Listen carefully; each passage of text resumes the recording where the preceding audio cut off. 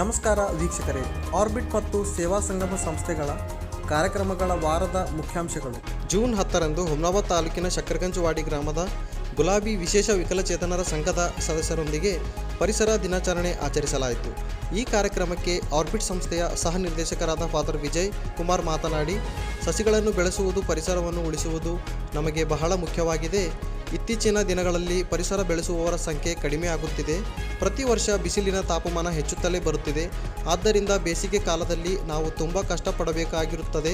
ಅದಕ್ಕೆ ಪ್ರತಿಯೊಬ್ಬರೂ ಸಸಿಗಳನ್ನು ನೆಡುವುದರ ಮೂಲಕ ಪರಿಸರವನ್ನು ಕಾಪಾಡಿಕೊಳ್ಳೋಣ ಎಂದು ಸಂಘದ ಸದಸ್ಯರಿಗೆ ಪರಿಸರದ ಕುರಿತು ಜಾಗೃತಿ ನೀಡಿದರು. ಹುಮ್ನಾಬಾದ್ ತಾಲೂಕಿನ ಮಾಣಿಕನಗರ ಗ್ರಾಮದಲ್ಲಿ ಆರ್ಬಿಟ್ ಸಂಸ್ಥೆ ಕಾರ್ಯಕರ್ತೆ ಶ್ರೀಮತಿ ಕವಿತಾರವರು ಬೆಳವಣಿಗೆ ಕುಂಠಿತ ಹೊಂದಿದಂತಹ ಮಕ್ಕಳಿಗೆ ಯಾವ ರೀತಿ ಚಟುವಟಿಕೆ ಕಲಿಸಿದರೆ ಗುಣಮುಖರಾಗುತ್ತಾರೆ ಎಂದು ತಿಳಿಸಿದರು.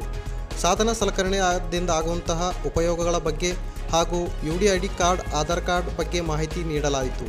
ಬೆಳವಣಿಗೆಯಲ್ಲಿ ಕುಂಠಿತಗೊಂಡಿರುವ ಮಕ್ಕಳು ಕಂಡುಬಂದರೆ ಆರ್ಬಿಟ್ ಸಂಸ್ಥೆಗೆ ಕರೆ ಮಾಡಲು ತಿಳಿಸಲಾಯಿತು. ಈ ಕಾರ್ಯಕ್ರಮದಲ್ಲಿ ಶಾಲೆಯ ಶಿಕ್ಷಕರು, ಕಮ್ಯುನಿಟಿ ಹೆಲ್ತ್ ಕೇರ್ ಕಾರ್ಯಕರ್ತರು ಭಾಗವಹಿಸಿದರು. ಜೂನ್ 11 ಮತ್ತು 12ರಂದು ಕ್ರಾಸ್ ಸಂಸ್ಥೆಯಲ್ಲಿ ಮಹಿಳಾ ಸಬಲೀಕರಣ ಯೋಜನೆಯ ಅಡಿಯಲ್ಲಿ ಕಾರ್ಯನಿರ್ವಹಿಸುತ್ತಿರುವ 14 ಧರ್ಮ ಪ್ರಾಂತೀಯ ಸಂಸ್ಥೆಗಳ ಸಹಭಾಗಿತ್ವದಲ್ಲಿ 3 ತಿಂಗಳ ಪುನರ್ಮನ ಸಭೆಯನ್ನು ಹಮ್ಮಿಕೊಳ್ಳಲಾಯಿತು. ಪ್ರತಿ ಸಂಸ್ಥೆಯಿಂದ ತಮ್ಮ ಕಾರ್ಯಕ್ಷೇತ್ರಗಳಲ್ಲಿ ನಡೆದಂತಹ ಕಾರ್ಯಚಟುವಟಿಕೆಗಳ ಕುರಿತು PPT ವರದಿಯನ್ನು ಮಂಡಿಸಿದರು. ಕ್ರಾಸ್ ಸಂಸ್ಥೆಯ ನಿರ್ದೇಶಕರಾದ ಫಾದರ್ ರಿಚರ್ಡ್ ಪಾಯ್ಸ್ ಮತ್ತು ರಾಜ್ಯ ಸಲಹೆಗಾರರು ಹಾಗೂ ಸಂಯೋಜಕರಾದ ಸಿಸ್ಟರ್ ನ್ಯಾನ್ಸಿ ಲೋಬೋರವರು, ರಾಜ್ಯ ಸಂಯೋಜಕರಾದ ಶ್ರೀಮತಿ ಲೈನಾರವರು ಸಲಹೆ ಮೇರೆಗೆ ಮುಂದಿನ 6 ತಿಂಗಳಲ್ಲಿ ನಮ್ಮ ಕಾರ್ಯಕ್ಷೇತ್ರದಲ್ಲಿ ಅಳವಡಿಸಬೇಕಾದ ತರಬೇತಿ ಮತ್ತು ಕಾರ್ಯಚಟುವಟಿಕೆಗಳ ಕುರಿತು ಚರ್ಚಿಸುತ್ತಾ ಮೇಯಿಂದ ಅಕ್ಟೋಬರ್ವರೆಗೆ 6 ತಿಂಗಳ ಕ್ರಿಯಾ ಯೋಜನೆಯನ್ನು ಸಿದ್ಧಪಡಿಸಲಾಯಿತು. ಇದರಲ್ಲಿ ಸಂಯೋಜಕರು 2 ಕಾರ್ಯಕರ್ತರು ಭಾಗವಹಿಸಿ ಕಾರ್ಯಕ್ಷೇತ್ರಗಳಲ್ಲಿ ಸಂಘ, ಮಹಾಸಂಘ, ತಾಲೂಕು ಒಕ್ಕೂಟ, ಜಿಲ್ಲಾ ಒಕ್ಕೂಟಗಳಿಂದ ಬದಲಾವಣೆ ತರಲು ಪ್ರಯತ್ನಿಸುವುದರ ಕುರಿತು ಮಾಹಿತಿ ತಿಳಿದುಕೊಂಡರು. ಜೂನ್ 11ರಂದು ಭಾಲ್ಕಿ ತಾಲೂಕಿನ ಸಾರ್ವಜನಿಕ ಆಸ್ಪತ್ರೆಯಲ್ಲಿ ಜಿಲ್ಲಾ ಮಾನಸಿಕ ಆರೋಗ್ಯ ಶಿಬಿರ ವತಿಯಿಂದ ಮಾನಸಿಕ ಅಸ್ವಸ್ಥರ ಶಿಬಿರವನ್ನು ಆಯೋಜಿಸಲಾಯಿತು. ಮನೋವೈದ್ಯರಾದ ಡಾಕ್ಟರ್ ಅಮಲ್ ಶರೀಫ್ ಇವರು ಆಗಮಿಸಿ 45 ಜನ ಮಾನಸಿಕ ಅಸ್ವಸ್ಥರನ್ನು ತಪಾಸಣೆ ಮತ್ತು ಆಪ್ತ ಸಮಾಲೋಚನೆಗೆ ಒಳಪಡಿಸಿ ಉಚಿತ ಮಾತ್ರೆಗಳನ್ನು ನೀಡಿ ಚಿಕಿತ್ಸೆ ಒದಗಿಸಿಕೊಟ್ಟರು. ಈ ಶಿಬಿರದಲ್ಲಿ ಆರ್ಬಿಟ್ ಸಂಸ್ಥೆಯ ನವಜೀವನ ಕಾರ್ಯಕ್ರಮದ ಲಿವ್ ಲವ್ ಲಾವ್ ಫೌಂಡೇಶನ್ ಕಾರ್ಯಕರ್ತರು ಅಮರ್, ಲೋಹೇಶ್, ಅಶ್ವಿನಿ ಕುಮಾರ್ ಉಚಿತ ಚಿಕಿತ್ಸೆ ಕೊಡಿಸುವಲ್ಲಿ ಪ್ರಮುಖ ಪಾತ್ರ ಹೊಂದಿದರು. ಬಸವಕಲ್ಯಾಣ ನಗರದ ಸರ್ಕಾರಿ ಆಸ್ಪತ್ರೆಯಲ್ಲಿ ಜಿಲ್ಲಾ ಮಾನಸಿಕ ಆರೋಗ್ಯ ಶಿಬಿರದ ವತಿಯಿಂದ ಮಾನಸಿಕ ಅಸ್ವಸ್ಥರ ಶಿಬಿರವನ್ನು ನಡೆಸಲಾಯಿತು. ಈ ಶಿಬಿರಕ್ಕೆ ಆಪ್ತ ಸಮಾಲೋಚಕರಾದ ಶ್ರೀ ಸಂಗಮೇಶ್ ರವರು ಆಗಮಿಸಿ 31 ಜನರನ್ನು ಉಚಿತ ತಪಾಸಣೆ ಮತ್ತು ಆಪ್ತ ಸಮಾಲೋಚನೆ ನಡೆಸಿ ಉಚಿತ ಚಿಕಿತ್ಸೆಯನ್ನು ನೀಡಿದರು. ಶಿಬಿರದಲ್ಲಿ ಆರ್ಬಿಟ್ ಸಂಸ್ಥೆಯ Navajeevan live love laugh foundation ಕಾರ್ಯಕ್ರಮದ ಕಾರ್ಯಕರ್ತರಾದ ಶ್ರೀ ವಿಜಯಕುಮಾರ್, ಶ್ರೀಮತಿ ಸುಜಾತಾ ಮತ್ತು ಶ್ರೀ ಸುದರ್ಶನ್ ರಾಜ್ ಇವರು ಉಚಿತ ಚಿಕಿತ್ಸೆ ಕೊಡಿಸುವಲ್ಲಿ ಯಶಸ್ವಿಯಾದರು. ಜೂನ್ 13ರಂದು ಚಿಟಗುಪ್ಪ ತಾಲೂಕಿನ ಗಾಂಧಿನಗರ ಗ್ರಾಮದ ಸಂತ ಮೇರಿ ಪ್ರೌಢಶಾಲೆಯಲ್ಲಿ ಆರ್ಬಿಟ್ ಸಂಸ್ಥೆಯ ವತಿಯಿಂದ ವಿಶ್ವ ಪರಿಸರ ದಿನಾಚರಣೆಯನ್ನು ಆಚರಿಸಲಾಯಿತು. ಈ ಕಾರ್ಯಕ್ರಮದಲ್ಲಿ ಗಾಂಧಿನಗರ ಕೇಂದ್ರದ ನಿರ್ದೇಶಕರಾದ ಫಾದರ್ ಜಾರ್ಜ್ ರವರು ಪರಿಸರ ಎಂದರೇನು ಹಾಗೂ ಪರಿಸರದಿಂದ ಆಗುವ ಲಾಭಗಳ ಕುರಿತು ತಿಳಿಸಿದರು. ಪರಿಸರ ಇಲ್ಲದೆ ಹೋದಲ್ಲಿ ನಮಗೆ ಆಗುವ ಅನಾಹುತಗಳ ಕುರಿತು ಸಂಪೂರ್ಣ ಮಾಹಿತಿ ನೀಡಿದರು. ಈ ಕಾರ್ಯಕ್ರಮದಲ್ಲಿ ಒಟ್ಟು 30 ಜನ ಮಕ್ಕಳು, ಶಿಕ್ಷಕರು ಭಾಗವಹಿಸಿದರು. ಜೂನ್ 13ರಂದು ಬಸವಕಲ್ಯಾಣ ತಾಲೂಕಿನ ಹಿರನ್ಗಾಂವ್ ಗ್ರಾಮದಲ್ಲಿ ಆರ್ಬಿಟ್ ಸಂಸ್ಥೆಯ Navajeevan live love laugh foundation ಕಾರ್ಯಕ್ರಮದ ಕಾರ್ಯಕರ್ತರಾದ ಶ್ರೀ ವಿಜಯಕುಮಾರ್ ಅವರು ಆಶಾ ಕಾರ್ಯಕರ್ತೆಯರ ಮಾಹಿತಿಯ ಮೇರೆಗೆ ಮಾನಸಿಕ ಅಸ್ವಸ್ಥರ ಸಮೀಕ್ಷೆಯ ಸಂದರ್ಭದಲ್ಲಿ ಮಾನಸಿಕ ಕಾಯಿಲೆಗೆ ಒಳಗಾದ ವ್ಯಕ್ತಿಯನ್ನು ಪತ್ತೆ ಹಚ್ಚಿದರು. ಇವರ ಕುಟುಂಬದವರಿಗೆ ಆರ್ಬಿಟ್ ಸಂಸ್ಥೆ ಮಾಡುವ ಸೇವೆಯ ಬಗ್ಗೆ ತಿಳಿಸಿ ಪ್ರತಿ ಮಂಗಳವಾರ ಬಸವಕಲ್ಯಾಣದ ಸರ್ಕಾರಿ ಆಸ್ಪತ್ರೆಯಲ್ಲಿ ನಡೆಯುವ DMHP ಶಿಬಿರದ ಬಗ್ಗೆ ಮಾಹಿತಿ ನೀಡಿ ಉಚಿತ ತಪಾಸಣೆ ಮತ್ತು ಚಿಕಿತ್ಸೆಯಲ್ಲಿ ಭಾಗಿಯಾಗಲು ಮನವರಿಕೆ ಮಾಡಲಾಯಿತು. ಜೂನ್ 13ರಂದು Navajeevana live love laugh foundation ಕಾರ್ಯಕ್ರಮದ ಕಾರ್ಯಕರ್ತರು ಬಬನ್ ರಾಥೋಡ್ ರವರು ಸಂಗನಾಳ ಅಂಗನವಾಡಿಯಲ್ಲಿ ಮಾನಸಿಕ ಆರೋಗ್ಯದ ಬಗ್ಗೆ ಜಾಗೃತಿ ಮೂಡಿಸಿದರು. ಮಾನಸಿಕ ಅಸ್ವಸ್ಥತೆಯ ಕಾರಣಗಳು, ಲಕ್ಷಣಗಳು ಮತ್ತು ಚಿಕಿತ್ಸೆ ಕುರಿತು ಮಾಹಿತಿ ನೀಡಲಾಯಿತು. ಈ ಜಾಗೃತಿ ಕಾರ್ಯಕ್ರಮದಲ್ಲಿ ಮಹಿಳೆಯರು ಮತ್ತು 6 ಪುರುಷರು ಸೇರಿ 13 ಜನ ಹಾಜರಿದ್ದರು.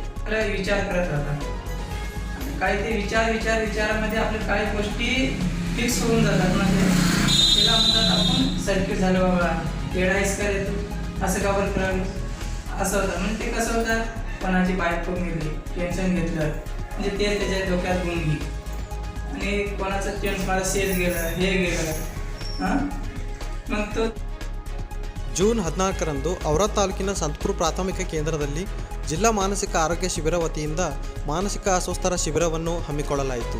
ಈ ಶಿಬಿರಕ್ಕೆ ಮನೋವೈದ್ಯರಾದ ಡಾಕ್ಟರ್ ಅಮಲ್ ಶರೀಫ್ ಇವರು ಆಗಮಿಸಿ 30 ಜನ ಮಾನಸಿಕ ಅಸ್ವಸ್ಥರನ್ನು ತಪಾಸಣೆ ಮತ್ತು ಆಪ್ತ ಸಮಾಲೋಚನೆ ನಡೆಸಿ ಉಚಿತ ಮಾತ್ರೆಗಳನ್ನು ನೀಡಿ ಚಿಕಿತ್ಸೆ ಒದಗಿಸಿಕೊಟ್ಟರು.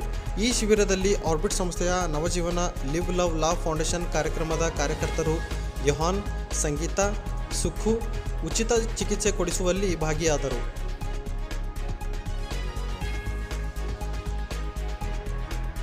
ಜೂನ್ 10ರಂದು ಕಲಬುರಗಿ ಜಿಲ್ಲೆಯ ನಂದೂರ್ಕೆ ಗ್ರಾಮದಲ್ಲಿ ಸೇವಾ ಸಂಗಮ ಸಂಸ್ಥೆಯ ಉಜ್ಜೀವನ ಕಾರ್ಯಕ್ರಮದ ಕಾರ್ಯಕರ್ತೆ ಶ್ರೀಮತಿ ಇಂದೂರ್ ಅವರು ಸಮುದಾಯದ ರೈತ ಬಾಂಧವರಿಗೆ ಸಮಗ್ರ ಸಾವಯವ ಕೃಷಿಯ ಬಗ್ಗೆ ಮಾಹಿತಿ ನೀಡಿದರು. ತಮ್ಮ ಭೂಮಿಯ ಫಲವತ್ತತೆಯನ್ನು ಕಾಪಾಡಿಕೊಳ್ಳಲು ರಾಸಾಯನಿಕ ಬಳಸದೆ ಮಿಶ್ರ ಬೆಳೆಗಳನ್ನು ಬೆಳೆಯಲು ಮತ್ತು ಸಿರಿಧಾನ್ಯಗಳನ್ನು ಬೆಳೆದು ಲಾಭವನ್ನು ಪಡೆಯಬಹುದು ಎಂದು ತಿಳಿಸಿದರು.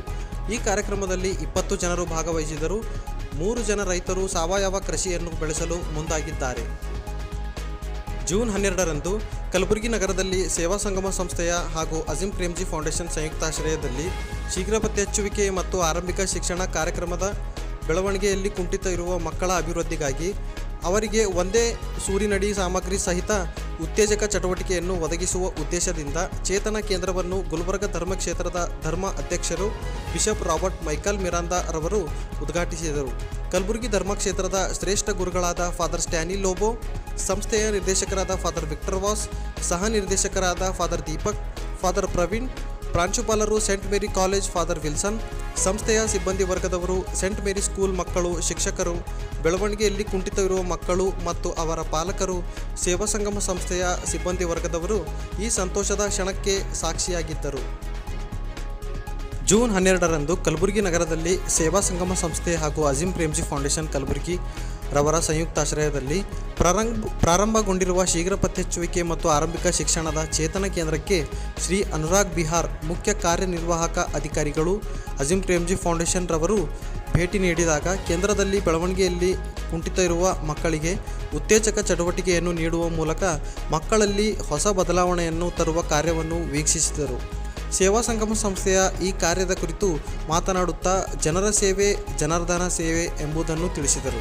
ಈ ಸಂದರ್ಭದಲ್ಲಿ ಪರಮ ಪೂಜ್ಯ ಕಲಬುರಗಿ ಧರ್ಮಕ್ಷೇತ್ರದ ಧರ್ಮ ಅಧ್ಯಕ್ಷರು ಬಿಷಪ್ ರಾಬರ್ಟ್ ಮೈಕಲ್ ಮಿರಾಂದಾ, ಸಂಸ್ಥೆಯ ನಿರ್ದೇಶಕರಾದ ಫಾದರ್ ವಿಕ್ಟರ್ ವಾಸ್, ಸಹ ನಿರ್ದೇಶಕರಾದ ಫಾದರ್ ದೀಪಕ್, ಫಾದರ್ ಅನಿಲ್ ಕ್ರಾಸ್ತಾ, ಶ್ರೀ ರುದ್ರೇಶ್ ರಾಜ್ಯ ಸಂಯೋಜಕರು, ಶ್ರೀ ಸಂಜೀವ್ ಕುಲಕರ್ಣಿ ಜಿಲ್ಲಾ ಸಂಯೋಜಕರು, ಅಜೀಂ ಪ್ರೇಮ್ಜಿ ಫೌಂಡೇಶನ್ ಕಲಬುರಗಿ ಮಕ್ಕಳು ಮತ್ತು ಪಾಲಕರು ಉಪಸ್ಥಿತರಿದ್ದರು.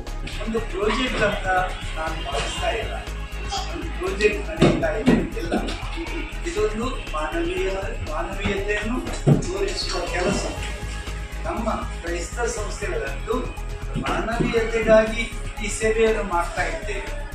ಅದಂತೂ ನಿಮಗೆ ತಿಳಿದ ವಿಷಯ. ಸೇವೆ ಮಾಡಲಿಕ್ಕೆ ಜೂನ್ 14ರಂದು ಕಲಬುರಗಿ ನಗರದಲ್ಲಿರುವ ಪಶು ಇಲಾಖೆ ವತಿಯಿಂದ 2 ದಿನದ ಕೋಳಿ ಸಾಕಾಣಿಕೆ ತರಬೇತಿಯನ್ನು ಆಯೋಜಿಸಲಾಯಿತು. ಕೋಳಿ ಸಾಕಾಣಿಕೆಯಿಂದ ಸಿಗುವ ಆದಾಯ ಹಾಗೂ ಕುಟುಂಬ ಆರ್ಥಿಕವಾಗಿ ಬೆಳೆಯಲು ಸಾಧ್ಯವಾಗುತ್ತದೆ ಎಂದು ಅರಿತುಕೊಂಡರು.